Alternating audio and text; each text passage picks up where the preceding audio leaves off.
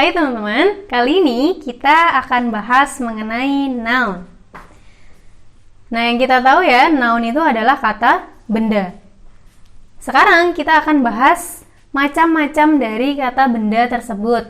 Nah, sebelum bahas lebih lanjut, kata benda itu dibagi menjadi dua garis besar, yaitu secara wujud dan juga secara jumlah. Untuk yang secara wujud, pembagiannya ada dua lagi, yaitu abstrak dan juga konkret. Abstrak berarti adalah benda yang tidak bisa dipanca indera, tidak bisa disentuh, tidak bisa dilihat, dan seterusnya. Terus contohnya seperti apa? Contohnya di sini ada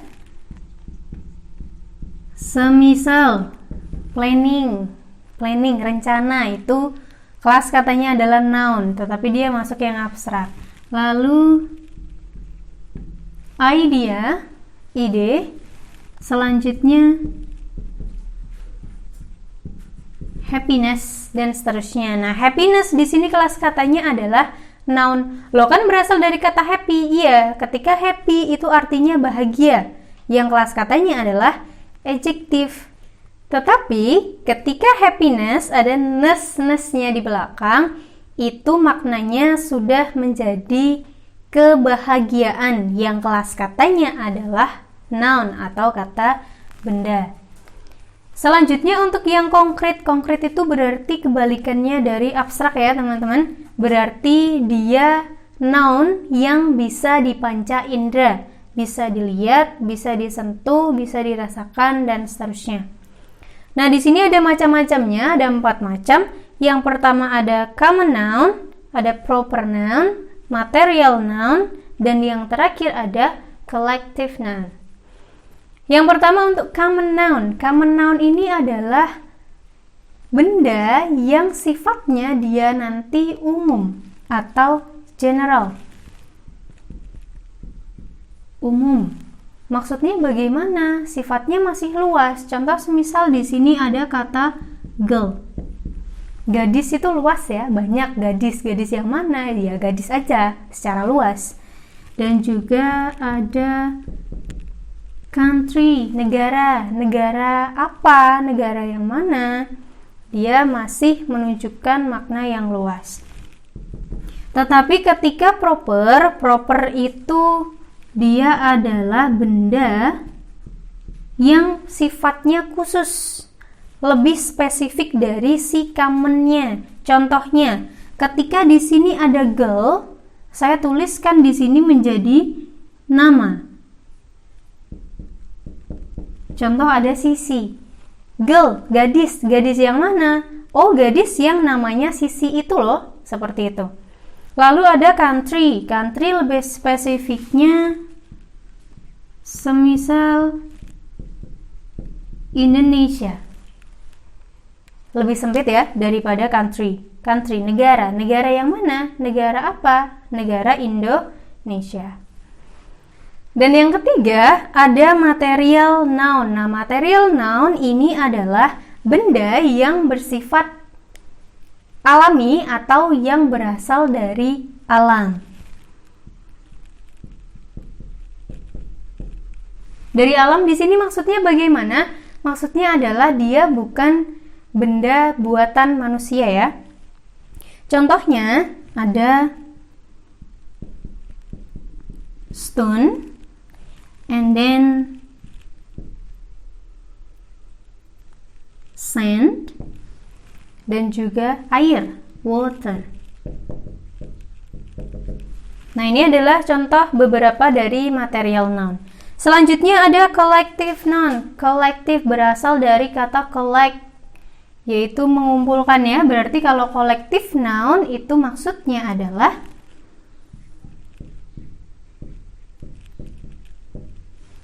bendanya itu nanti bersifat kumpulan. Contohnya seperti grup, tim, family, dan seterusnya.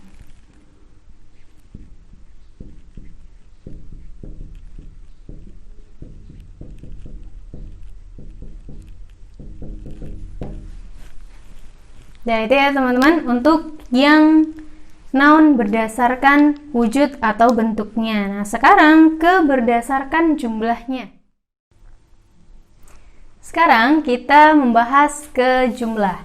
Nah, jumlah itu sendiri dibagi menjadi dua. Ada uncountable noun dan juga countable noun.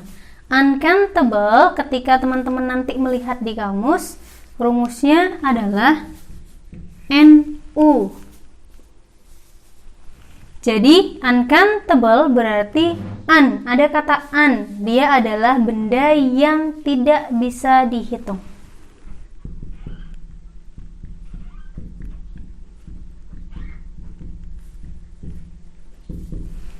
Namanya benda tak bisa dihitung, seberapapun banyaknya, pasti dia hitungannya hanya satu saja. Nah, contohnya mungkin ada water, oil, and then sand, dan seterusnya.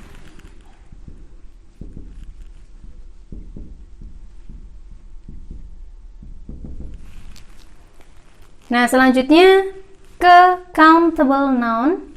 Countable di sini lambangnya ada NC. Berarti teman-teman nanti ketika mencari di kamus itu nonnya bisa dihitung atau enggak ya. Ketika ada tulisan NU berarti nonnya itu tidak bisa dihitung. Seberapapun banyaknya tidak bisa ditambah S belakangnya. Tapi ketika NC dia nanti bendanya bisa dijamakan. Countable berarti dia kebalikannya dari uncountable, yaitu benda yang bisa dihitung. Karena dia bisa dihitung, otomatis dia punya dua bentuk, ketika dia tunggal dan juga ketika dia jamak. Ketika dia tunggal atau disebut dengan singular, nanti ketika di kamus teman-teman akan menemukan lambang seperti ini. NC sing, berarti dia adalah benda yang bisa dihitung dan jumlahnya hanya satu, singular. Contohnya ada cat, and then ada person, lagi ada table, chair, and then fruit, or yang lainnya ya, masih banyak lagi.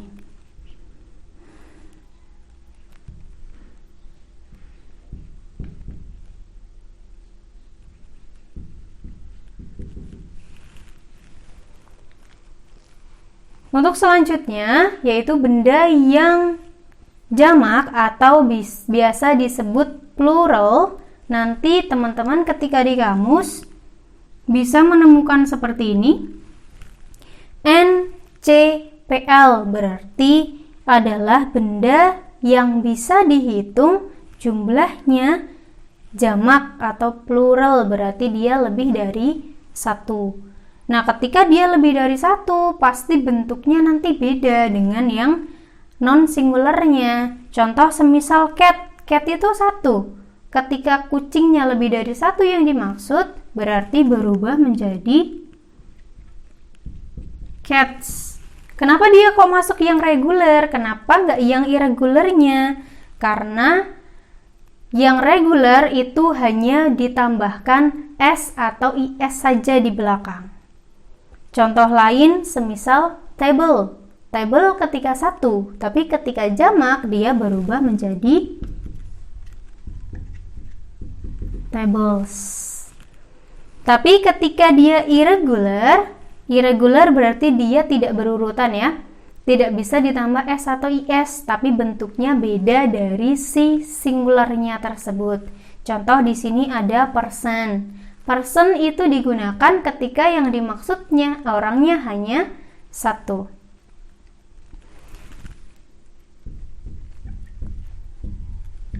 Tapi ketika dia jamak, yang dipakai adalah people. Jadi teman-teman nggak bisa menggunakan many persons. Itu nggak boleh. Yang boleh adalah many people. Selanjutnya ada man. Man di sini M-A-N itu ketika yang dimaksudkan laki-lakinya hanya satu. Tapi ketika laki-lakinya lebih dari satu, para laki-laki, contohnya seperti itu. Jadi dia nanti berubah menjadi E. Nah itu ya, seperti itu teman-teman untuk pembahasan kita mengenai noun. Semoga bermanfaat. Jangan lupa untuk terus membaca buku kalian. Semoga kalian bisa memahaminya dengan baik.